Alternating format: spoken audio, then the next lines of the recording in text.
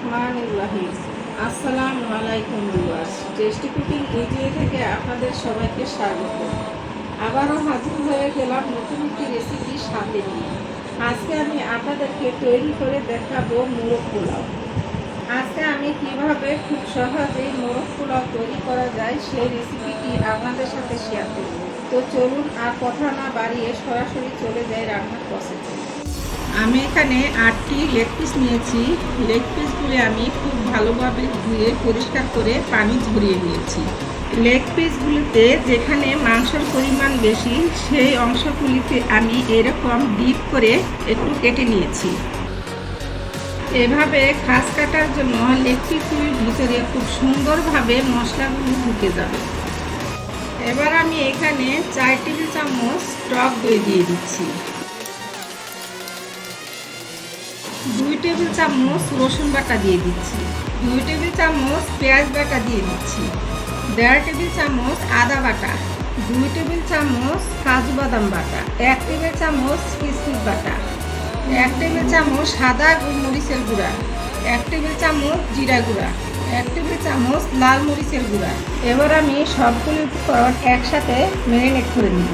লবণ দিয়ে ম্যারিনেট করে এগুলির ভিতর থেকে পানি উঠে যায়, তাই আমি আর ম্যারিনেট লবণ দিয়ে করব না, এইভাবেই করব। আপনারা হয়তো লক্ষ্য করেছেন আমি এখানে কোনো লবণ ইউজ করি না। লবণ দিয়ে ম্যারিনেট করলে মাংস থেকে পানি উঠে যায়, যার কারণে লবণ দিয়ে ম্যারিনেট করা যাবে না। দেখুন আমি খুব ভালোভাবে ম্যারিনেট করে নিয়েছি। এবার আমি 1 ঘন্টার জন্য ঢেকে রেখে দিব। 1 ঘন্টা পর চিকেন পিসগুলি আমি আরেকটু ম্যারিনেশন করে নিব।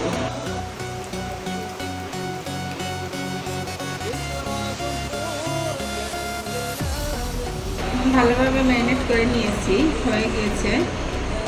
চুলায় প্যান বসিয়ে দিয়েছি, প্যান গরম হয়ে গিয়েছে। এবার আমি এখানে 1/2 কাপ পেঁয়াজ কুচি দিয়ে দিচ্ছি, 1 কাপ সয়াবিন তেল দিয়ে দিচ্ছি। এবার আমি চুলাটা অন করে হালকা ব্রাউন কালার করে ভেজে নিব। পেঁয়াজগুলো আমি হালকা বাদামি কালার করে ভেজে দিব।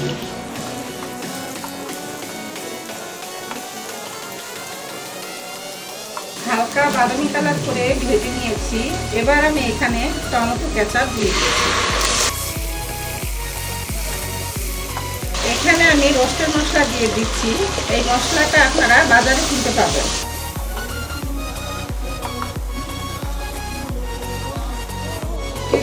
মশলাগুলো কষিয়ে নেব।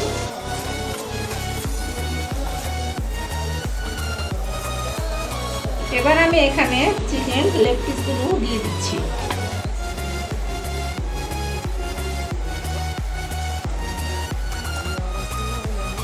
মশলাগুলো মুছে মুছে দিয়ে দিচ্ছি। স্বাদ মতো লবণ দিয়ে দিচ্ছি, 10-12টি কাঁচামরিচ। এবার আমি ভালো করে মিক্স করে নেব।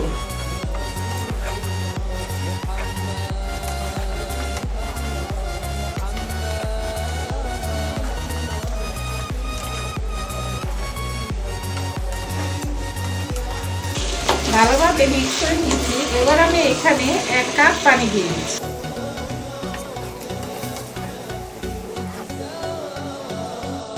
ঢাকনা দিয়ে ঢেকে দিচ্ছি। এভাবে চুলার আঁচটা মিডিয়াম ফ্লেমে রেখে রান্না করতে থাকবো যতক্ষণ পানিটা শুকিয়ে না যায়। মাঝে মাঝে একটু আমি নেড়ে দিব, তা না হলে নিচে লেগে যেতে পারে। দেখুন পানিটা সম্পূর্ণরূপে শুকিয়ে গিয়েছে আর মাংস থেকে তেল বের হয়ে এসেছে। যখন দেখবেন মাংস থেকে এরকম তেল বের হয়ে এসেছে, তখন এই পর্যায়ে 1/2 চামচ চিনি দিয়ে দিতে হবে। পেঁয়াজ বেরেস্তা দিয়ে দিচ্ছি। এভাবে 1 মিনিট দমে রেখে দিব। 1 মিনিট পর ঢাকনাটা খুলে নিচ্ছি। এবার আমি এখানে কনডেন্স মিল্ক দিয়ে দিব, 2 টেবিল চামচ পরিমাণ। 3 টেবিল চামচ গুঁড়া দুধ দিয়ে দিচ্ছি। এবার আমি ভালো করে মিক্স করে নিই।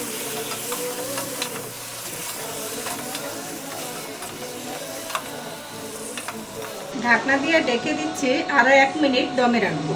1 মিনিট পর হয়ে গিয়েছে। এবার আমি এটাকে উঠিয়ে একপাশে রেখে দিব।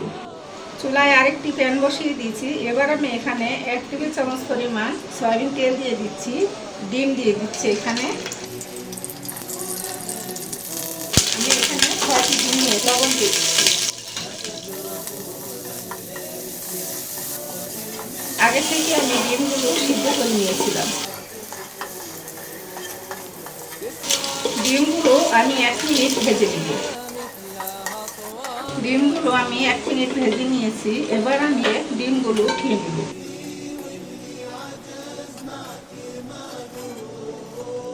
এবার আমি এখানে 1 টেবিল চামচ ঘি দিয়ে দিচ্ছি। 1 টেবিল চামচ পরিমাণ সয়াবিন তেল দিয়ে দিলাম। দিয়ে দিচ্ছি শাহি জিরা, 6টি ছোট এলাচ, 6টি লবঙ্গ, 2টি দারুচিনি, 3-4টি তেজপাতা। এবার আমি এগুলি ভেজে নেব।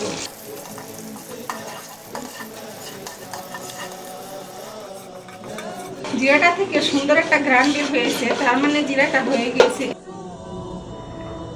আমি এখানে 5 কাপ কাটারি বুক চাল নিয়েছিলাম। চালগুলি 20 মিনিট ভিজিয়ে রেখে ভালোভাবে ধুয়ে পানি ঝরিয়ে নিয়েছি। এরপরে এখানে স্বাদ মতো লবণ দিয়েছি। এবার আমি এখানে চালগুলি দিয়ে দিচ্ছি। এবার আমি ভালো করে চালগুলো 2 মিনিট ভেজে নিই।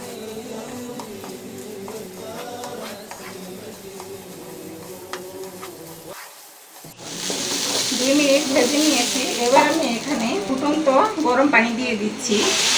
যতটুকু চাল হবে তার 3 গুণ পানি দিতে হবে, সেটা আপনারা খেয়াল রাখবেন।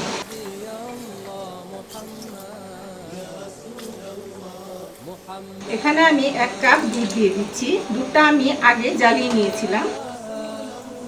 এবার আমি ঢাকনা দিয়ে ঢেকে দিব আর মাঝে মাঝে নেড়ে দিব। পানিটা চালের গায়ে গায়ে লেগে না আসা পর্যন্ত এভাবে রান্না করব আর আমি মাঝে মাঝে একটু নেড়ে দিব। দেখুন পানিটা চালের গায়ে গায়ে লেগে এসেছে। এবার আমি এখানে একটু মাঝখানে গর্ত করে এবার আমি এখানে রোস্টগুলি দিয়ে দিব। দিয়ে ঢেকে দিব। 4-5 থেকে রাইস উঠিয়ে দিব।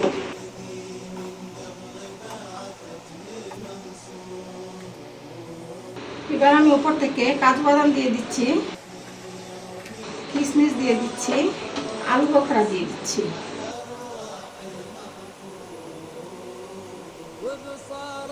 পেঁয়াজ বেরেস্তা দিয়ে দিচ্ছি। এবার আমি উপর থেকে কিছু কাঁচামরিচ দিয়ে দিচ্ছি। এবার আমি গোলাপ জল দিয়ে দিচ্ছি। ঢাকনা দিয়ে ডেকে আমি 10 মিনিটের জন্য দমে রাখবো আর চুলার আঁচটাকে লো ফ্লেমে রেখে দেবো। 10 মিনিট পর এটাকে আমি এখন মিক্স করে নেব।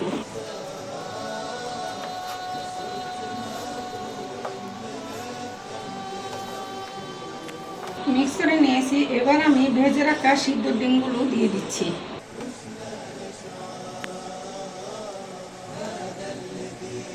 ঢাকা দিয়ে আমি 5 মিনিট দমে রাখবো। 5 মিনিট পর হয়ে গিয়েছে। এবার আমি উঠিয়ে নিব। তৈরি হয়ে গেল সবচাইতে বেশি স্বাদের মোরগ পোলাও। এভাবে আপনারা খুব সহজেই মোরগ পোলাও তৈরি করে খেতে পারেন। আর আমার দেখানো প্রসেসে মোরগ পোলাও তৈরি করে খেলে এর স্বাদ মুখে লেগেই থাকবে।